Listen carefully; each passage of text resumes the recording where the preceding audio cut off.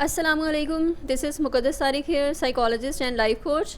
अच्छा, ये most wanted video है। मोस्ट वांटेड यानी मोस्ट कॉमन क्वेश्चन जो स्टूडेंट्स पूछते हैं कि what is the difference between MS and MPhil psychology.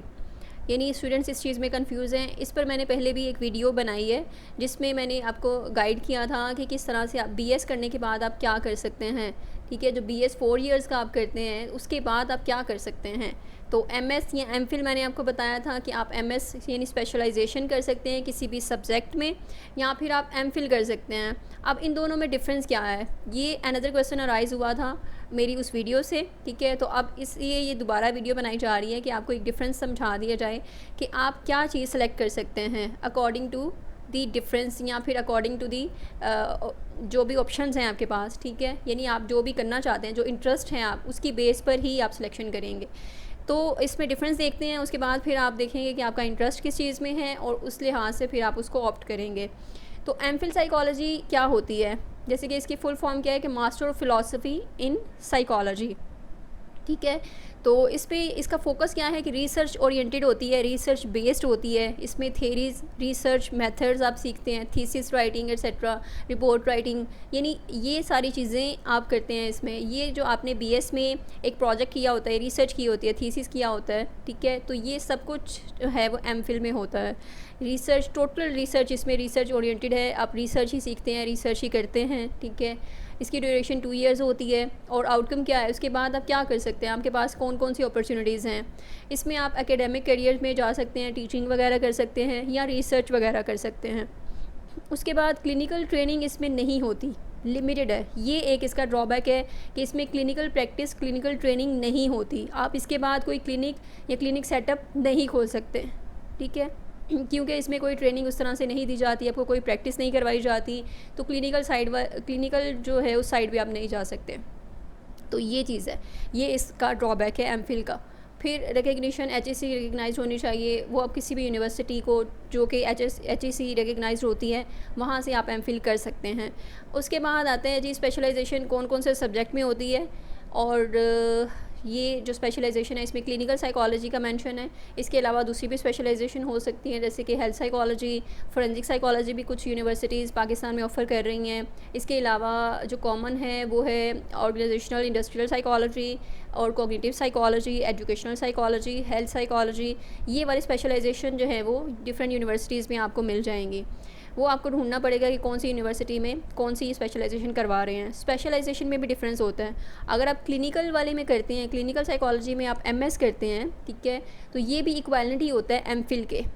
अब यहाँ पर जो मिसकंसेप्शन है, मिसअंडरस्टैंडिंग जो स्टूडेंट्स को हो जाती है वो ये है कि वो समझते हैं कि ये जो एमएस हम कर रहे हैं ये मास्टर्स हमारा 16 इयर्स ऑफ एजुकेशन है, जबकि ऐसा नहीं है। अगर आपने बीएस 16 इयर्स ऑफ एजुकेशन किया है तो वो आपके मास्टर के इक्वालेंट है।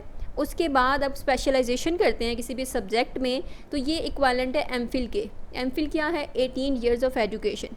ठीक है, तो आप एमफिल कर लें या फिर आप स्पेशलाइजेशन कर लें, दोनों ही इक्वल हैं। तो अक्सर स्टूडेंट्स को इतनी नॉलेज नहीं होता या इतना इन्फॉर्मेशन उनके पास नहीं होती, तो वो सिलेक्शन में गलती कर देते हैं। वो फिर एमफिल को चूज़ करेंगे, ये मतलब वो कहेंगे कि हम मास्टर्स को स्किप कर देते हैं, हम एमफिल कर लेते हैं। तो इस चीज़ को वो मास्टर्स कंसीडर कर रहे होते हैं। ये मास्टर्स तो है लेकिन ये स्पेशलाइजेशन है, ये इक्विवेलेंट है एमफिल के। तो इसमें इसका क्या फ़ायदा है आपको, फिर एमएस क्लिनिकल साइकोलॉजी या दूसरी स्पेशलाइजेशन का क्या फ़ायदा होता है। अगर आप क्लिनिकल में करते हैं ना तो इसमें मेन फोकस होता है क्लिनिकल प्रैक्टिस पर। आपकी डायग्नोसिस आप करें, असेसमेंट करें, साइकोथेरेपी वगैरह करें, इसके बाद आप क्लिनिक ओपन कर सकते हैं। ये इसका बहुत बड़ा एडवांटेज है। तो ड्यूरेशन इसकी भी 2 इयर्स ऑलमोस्ट होती है। फिर आउटकम कि आप क्लिनिकल प्रैक्टिस कर सकते हैं हॉस्पिटल्स में, क्लिनिक्स में। इसमें बहुत ज़्यादा ऑप्शंस हैं आपके पास। एमफिल में तो ऑप्शंस लिमिटेड है ना, इसमें करियर अपॉर्चुनिटीज़ बहुत ज़्यादा हैं। यानी इसमें आप हॉस्पिटल सेटिंग, क्लिनिकल सेटिंग अपना क्लिनिक ओपन कर सकते हैं, या फिर आप टीचिंग फील्ड में, एजुकेशन, रिक्रूटमेंट एजेंसीज़, यानी बहुत कुछ, हर चीज़, हर जगह पे आप जा सकते हैं। एमफिल वालों के लिए ये ऑप्शंस जो हैं रिस्ट्रिक्टेड हो जाते हैं, बहुत कम हो जाते हैं, लिमिटेड ऑप्शंस होते हैं उनके पास। लेकिन क्लिनिकल साइकोलॉजी के लिए ऑप्शंस बेशुमार हैं। तो अब आप पे डिपेंड करता है, आपके इंटरेस्ट पे डिपेंड करता है कि अगर आपका इंटरेस्ट ज़्यादा रिसर्च में है तो फिर आप एमफिल कर लें, लेकिन अगर आपका इंटरेस्ट जो है वो क्लिनिकल वाली साइड पे है, आप क्लिनिक जो है वो ओपन करना चाहते हैं या फिर ये वाली चीज़ें सारी चाहते हैं, तो फिर आपको ये ऑप्शन चूज़ करना चाहिए। ठीक है, इसमें क्लिनिकल ट्रेनिंग होगी, आपकी इंटर्नशिप्स वगैरह, केस स्टडीज़ आप करेंगे, उसके बाद थेरेपी सेशंस वगैरह। तो इसमें भी HSC रिकग्नाइज्ड हो यूनिवर्सिटी आपने देख रही हैं, और कोई भी यूनिवर्सिटी हो सकती है। ठीक है, और यूनिवर्सिटी की फ़ी जो है वो आपकी होती है 4 लाख से ऑनवर्ड 10 to 11 यानी इस तरह से जा सकती है। ठीक है, ये डिफरेंट यूनिवर्सिटीज़ पे डिपेंड करता है, वेरी करता है यूनिवर्सिटी टू यूनिवर्सिटी के कितने चार्जेस, कितनी फ़ी होगी आपकी एमफिल की या स्पेशलाइजेशन की।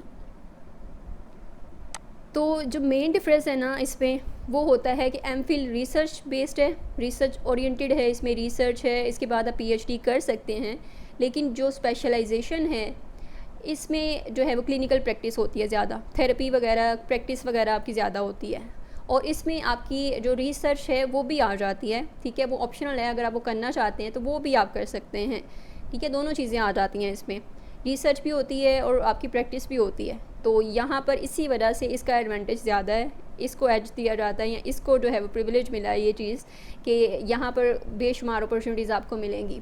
तो ये या फिर आप इंटरेस्ट पे भी डिपेंड करता है कि अगर आपका इंटरेस्ट नहीं है क्लिनिकल वाली साइड पे तो फिर आप एमफिल कर सकते हैं। ठीक है, उसके बाद है कि MS क्लिनिकल साइकोलॉजी करने के बाद आप PhD कर सकते हैं। ये भी एक कॉमन क्वेश्चन पूछा जाता है कि अगर हमने MS कर लिए, स्पेशलाइजेशन कर ली है, तो उसके बाद फिर डायरेक्ट हम PhD कर सकते हैं, फिर हमें एमफिल करने की ज़रूरत तो नहीं है। तो मैं बारहा बता चुकी हूँ कि जो MS क्लिनिकल ये स्पेशलाइजेशन है ये एमफिल ही काउंट होता है। ठीक है, इसके बाद डायरेक्ट PhD कर सकते हैं। 2 साल का आपका MS क्लिनिकल साइकोलॉजी होगा, और जो PhD होती है वो 3 साल की होती है। ठीक है, तो इसके बाद फिर आप डायरेक्ट PhD कर सकते हैं, यानी ये एमफिल ही है, उसके बाद आप डायरेक्ट PhD कर सकते हैं। I hope so I made it clear. इसके साथ साथ आप कोई और जो स्किल्स हैं अपने उसको भी इन्हेंस कर सकते हैं, उसको भी इम्प्रूव कर सकते हैं। ठीक है, हमारे प्लेटफॉर्म पे अभी जो कोर्सेज़ अवेलेबल हैं वो CBT है, NLP है। ठीक है, इसके अलावा वर्कशॉप्स होती हैं, वेबिनार्स होते हैं डिफरेंट टॉपिक्स पे, डिफरेंट सब्जेक्ट पे। इसके अलावा हमारा जो कोर्स है एक बेसिक साइकोलॉजी का वो फ्री ऑफ कॉस्ट है। ठीक है, वो भी अभी ऑनगोइंग है, और हमारे जो प्लेटफॉर्म पे जो कोर्सेज़ अवेलेबल हैं वो बहुत अफोर्डेबल प्राइसेस में हैं, सो दैट के सब स्टूडेंट्स उसको अफोर्ड कर सकें। ठीक है, और उसमें हम क्वालिटी पर फिर भी कॉम्प्रोमाइज़ नहीं करते।